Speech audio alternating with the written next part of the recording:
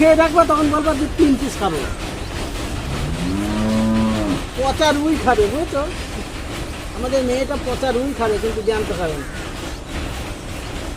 সুপ্রভাত বন্ধুরা, সবাই কেমন আছো? আশা করছি সবাই অনেক ভালো আছো, আর আমিও সবার আশীর্বাদে ভালোই আছি। তো এই যে সকাল সকাল একটুখানি মাছ নিয়ে নিচ্ছিলাম। তো কাকুকে বলেছিলাম যে মাছটা কেটে দিয়ে যাও, তো মাছটা কাকু কেটে দিচ্ছিল। তো এর মাঝের কাজকর্মগুলো সেরে সোজা চলে এসেছি রান্নাঘরে। রান্নাঘরে এসে দেখো দুধটা জাল দিতে গিয়ে দুধটা কিন্তু আমার কেটে গেল।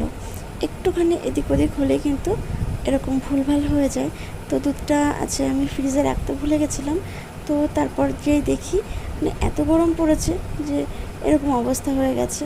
তো কী করবো, দুধটা যখন কেটে গেল তো ভাবলাম তাহলে একটা কাজ করি, এটাকে সন্দেশ বানিয়ে ফেলি। তো এই জন্য কিন্তু এই দুধের মধ্যে আর 2 ফোঁটা মতো লেবু দিয়ে দিয়েছিলাম। লেবু দিয়ে যখন মানে ছানাটা পুরোটা কেটে গেছে, তখন এটাকে বেশ জ্বালিয়ে কিন্তু আমি একটা সন্দেশ বানিয়ে নিচ্ছি। এটা দেখানোর একটা কারণ, আমি একটা ব্লগে দেখেছিলাম একটা দাদাভাই, সেটা হচ্ছে তানমানো ব্লগ থেকে। একটা দাদা আছে, যে দাদাটা কিন্তু মানে দিদিভাই বাড়ি ছিল না সেই মুহূর্তে, কিন্তু সে দুধ জাল দিতে গিয়ে দেখে যে দুধটা কেটে গেছে। আর তখন সে কিন্তু বলেছিল যে দেখো দুধটা কেটে গেছে, তো আমি এখন এই দুধটা কী করবো, তোমরা আমাকে জানাও। তো আমি কিন্তু তাকে বলেছিলাম যে দাদা ওটা সন্দেশ বানিয়ে নেওয়া যেতে পারে। তো সেটা তো দাদাভাই হয়তো বুঝতে পারেনি। তো আমি ভাবলাম একটুখানি দেখিয়ে দিই, যদি এরপরেও কখনো এরকম ভুল হয়ে থাকে তাহলে কিন্তু দাদাভাইটা বা ওই দিদি ঠিক করে নিতে পারবে জিনিসটা। তো এই যে দেখো, তো দাদাভাই এবং দিদি তোমাদের দুজনের জন্য এই কথাটা কিন্তু আমি বলছি। তো যখন দেখবে যে দুধটা কেটে যাচ্ছে, তখন 1 ফোঁটা লেবুর রস দিয়ে দেবে, তাহলে দুধটা বেশ ভালোভাবেই কেটে যাবে। আর তখন এই দুধটাকে বেশ ভালো করে জাল করে নিতে হবে। জাল করতে করতে মানে একদম একটা শুকনো মন্ড টাইপের হয়ে যাবে, তখন কিন্তু এটা খাওয়ার উপযুক্ত হয়ে যাবে। তো আমরা জিনিসটাকে ফেলে না দিয়ে, একটা পয়সার জিনিস মানে ফেলে না দিয়ে সেটা কিন্তু আমরা এরকম করে খেতেই পারি, একটা সন্দেশ মতো বানিয়ে খেতে পারি। তো আজকের এই মানে এটা কেমন লাগছে তোমরা কিন্তু আমাকে অবশ্যই জানিও যে এটাতে তোমাদের কারোর কোনো উপকার হলো কি না। তো আমি তো বাড়িতে দুধ যদি কখনো এভাবে নষ্ট হয়ে যায়, আমি কিন্তু ফেলে দিই না। ধরো দুধটা কেটে গেল, আমি কিন্তু তখন এই সন্দেশটা বানিয়ে ফেলি। তো এ দেখো, আমি কিন্তু এই পর্যায়ে একটু চিনি দিয়ে দিয়েছি, আর চিনি দেওয়ার সাথে সাথে কিন্তু দেখো যে ফুলে উঠেছিল, যে মানে দুধটা উতলাচ্ছিল, সেটা কিন্তু কমে গেল, দেখতেই পাচ্ছ। তো এটাকে বেশ সুন্দর করে কিন্তু বেশ মানে এরকমভাবে করে নিতে হবে, নাড়াচাড়া করে নিতে হবে, তাহলে জিনিসটা হয়ে যাবে। আর এই পর্যায়ে কিন্তু একটা দেখো তেল ছাড়া একটা ভাব চলে এসছে। আর একটা যে বাড়িতে কেউ কখনো ঘি জ্বালিয়েছো কিনা আমি জানি না, তবে আমরা তো বাড়িতে অনেক সময় হয় কি ঘি জাল করি। তো ঘি জাল করলে যে একটা সেন্ট বের হয়, তো সেই সেন্টটা কিন্তু এইটার মধ্যে চলে এসছে। তো আমি যেহেতু পরে ভয়েস দিচ্ছি, তাই আমি তোমাদেরকে মানে বলে দিচ্ছি যে দেখো একটা ঘিয়ের সেন্ট বেরিয়ে যাবে। তো এই দেখো একটা বেশ তেল ভাব একটা চলে এসছে, বেশ ওপর একটা ঘিয়ের যেরকম একটা সেরকম একটা ভাব চলে এসছে। আর এই জিনিসটা কিন্তু খেতে বেশ সত্যি বলছি অসাধারণ হয়, মানে দারুণ লাগে। ফেলে না দিয়ে যদি আমরা জিনিসটাকে একটুখানি কষ্ট করে, একটুখানি গ্যাস পুড়িয়ে যদি এটা করে নিই, তাহলে কিন্তু একটা দারুণ মানে দোকান থেকে খাওয়া যে সন্দেশ খাই তার থেকে কিন্তু ভালো লাগে। তো তবে এক একটা সন্দেশ এক এক রকম স্বাদ, তাই না? তো এটার আবার অন্যরকম স্বাদ, একটা ঘি সেন্ট থাকবে, তো অসাধারণ লাগে খেতে। তো যাই হোক, এটা দেখে তোমাদের কেমন লাগলো সেটা কিন্তু আমাকে অবশ্যই জানিও। কার কতটা উপকৃত হলো সেটা কিন্তু আমাকে জানাবে। তো এতক্ষণ তো অনেক বকবক করছি, সেই কথাটা একবার বলে নিই যে যারা এখনও লাইক করোনি তারা প্লিজ একটা লাইক করে আমার পাশে থাকো, আমার বন্ধু হয়ে থাকো। আর প্লিজ আমার সাথ ছেড়ে কেউ চলে যেও না। আমি ভীষণ মানে সমস্যার মধ্যে আছি, কি বলবো, আমার নেটের জন্য প্রচুর পরিমাণে সমস্যা হচ্ছে। তার জন্য আমি সবার ভিডিও ঠিকঠাক করে দেখতে পারছি না। যতক্ষণ বরের ফোনটা থাকছে ততক্ষণ কিন্তু আমি তার ফোনটাকে নিয়ে একটু ওয়াইফাই করে কিন্তু দেখছি।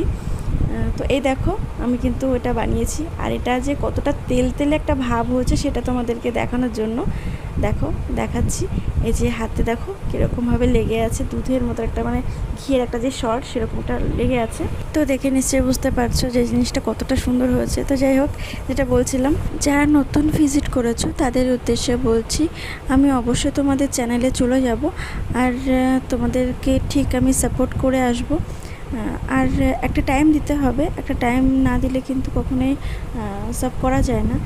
তো আমি কিন্তু ঠিক তোমাদের পাশে আছি। তো এরপর কাজকর্ম সেরে খাওয়া দাওয়া সেরে কিন্তু সোজা বিকেলবেলা ক্লাসে চলে গেছিলাম। আর ক্লাসে বাচ্চাদেরকে আজকে একটুখানি ক্লাস করিয়ে খেলাচ্ছিলাম। ওদের খুব ইচ্ছে হয়েছিলো রুমাল চুরি খেলতে, তো এই যে রুমাল চুরি খেলা চলছিল। তারপর এদের একটুখানি খোখো খেলানো হয়েছিল। তো সব কিছুই আর কি অল্প অল্প করে খেলাচ্ছিলাম, কারণ বাচ্চাদের সব কিছুই দরকার, খেলাধুলা থেকে শুরু করে নাচ গান সবটাই দরকার। তাই জন্যই একটু একটু করে এগুলো আর কি হচ্ছিল। তো এই তো এভাবে দিনটা কেটে যায়। আর এভাবে এই যে খেলাটা দেখে কিন্তু সেই ছোটোবেলাটা মনে পড়ে যাচ্ছে। তো তোমাদের কি কখনো মনে হয় যে সেই ছোট্টবেলাটা ফিরে এসছে?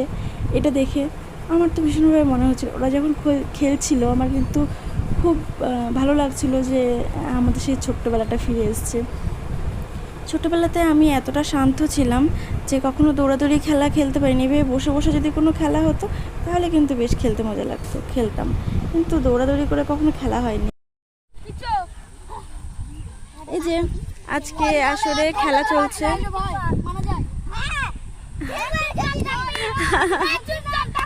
আচ্ছা সবাই মাথা নিচু করে বস, ঠিক দেওয়া হবে। আচ্ছা তো এই যে সব বাচ্চারা এখন খেলছে, আজকে রুমাল চোর খেলা হচ্ছে, আরও হয়েছে খোখো খেলা হয়েছে, তারপর রিলে গেম হয়েছে। তো এই খেলাগুলো আজকে আসলে হলো। তো সবাই এই বাচ্চাগুলোর জন্য একটু প্রার্থনা করবে যেন ওরা খুব ভালো থাকে, ওরা যেন এভাবে খেলাধুলা করে আমাদের আসরটাকে আরও উন্নত করে নিয়ে যেতে পারে।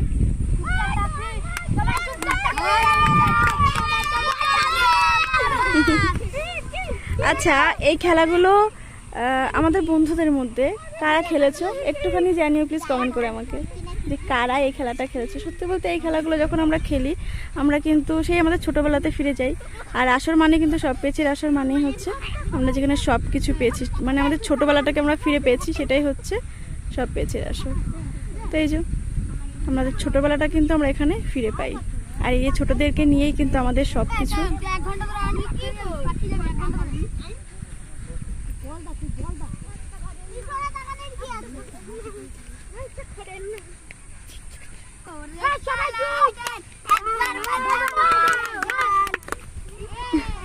আস্তে আস্তে, অত তাড়াহুড়ো নেই, আসতে।